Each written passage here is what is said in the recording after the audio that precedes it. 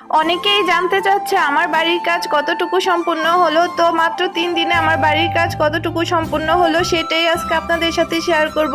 তো সবাই কেমন আছেন? আশা করি সবাই অনেক ভালো আছেন। আলহামদুলিল্লাহ, আল্লাহর রহমতে আমরাও অনেক ভালো আছি।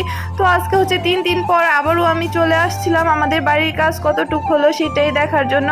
তো এখানে হচ্ছে আপনাদের ভাইয়া বসেছিল। আসলে ভিডিও যেই অ্যাঙ্গেল থেকে নিচ্ছি না কেন, অনেকেই বুঝতে পারতেছে না যে রুমগুলা কিভাবে করতেছিলাম, ডিজাইনটা ঠিক কিরকম হবে, কয়টা রুম হবে। আমি অনেকটা বুঝিয়ে বলার চেষ্টা করছিলাম আগের ভিডিওতে, কিন্তু এখনো অনেকেই বুঝতে পারতেছিল না। কিছু আম কাঁঠালের বিচি নিয়ে আসছিলাম আমি এখানে এক সাইডে লাগিয়ে দিব, আর যখন চারা গাছ হবে এখান থেকে তারপর হচ্ছে গাছগুলা নিয়ে আমি লাগিয়ে দেব বাড়ির কাজ শেষ হওয়ার পর। এখানে হচ্ছে আমার ডাইনিং এর দেওয়াল অর্ধেক করা হয়ে গেছিল, আর আমার কিচেনের আর একটি বেডরুমের দেওয়াল উপর দিয়ে একটু করা বাকি ছিল, ওইগুলাই হচ্ছে আজকে কমপ্লিট করতেছিল।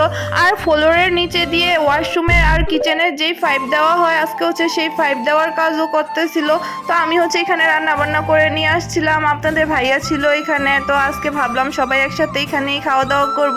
আর এত বেশি গরম ছিল, বাসায় আসার সময় হচ্ছে এখানে ঠান্ডা নিয়ে আসছিলাম। তো আমি আর আমার ছেলে মেয়ে বসে বসে হচ্ছে বাসায় এসে এগুলা খাচ্ছিলাম আর ঠান্ডা হচ্ছিলাম।